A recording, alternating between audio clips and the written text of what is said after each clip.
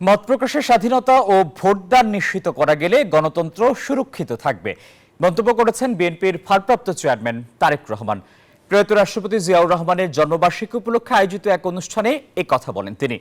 তারেক রহমান বলেন, ১৯ দফা দিয়ে জাতিকে ঐক্যবদ্ধ করেছিলেন জিয়াউর রহমান।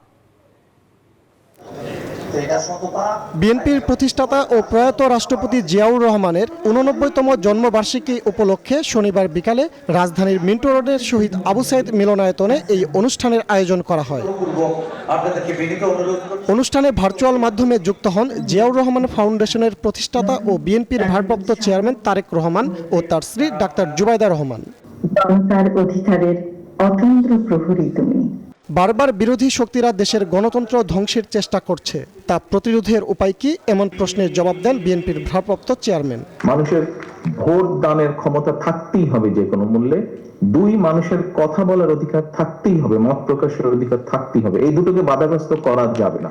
সকলে যদি আমরা দলমত নির্বিশেষে এই দুটোতে অন্তত একমত থাকি, তাহলে স্বৈরাচার মুক্ত একটা ব্যবস্থা আমরা ধীরে ধীরে গড়ে তুলতে। তারেক রহমান বলেন, সৈনিক, রাজনীতিবিদ, রাষ্ট্রপ্রধান সব পরিচয়েই সফল হয়েছিলেন সাবেক রাষ্ট্রপতি জিয়াউর রহমান। উনি যে আদর্শ দিয়েছেন, যে ১৯ দফা দিয়েছেন,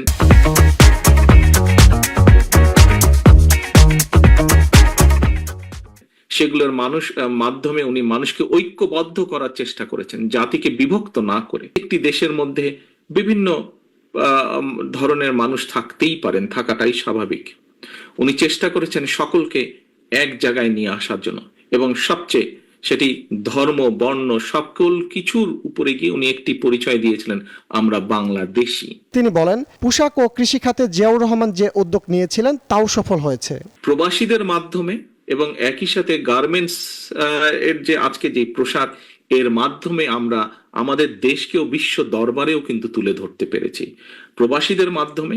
এবং এই গার্মেন্টস শিল্পের মাধ্যমে বহু পৃথিবীর বিলিয়ন্স অফ মানুষ কিন্তু একটি বড় অংশ বাংলাদেশের সাথে পরিচিত আছে।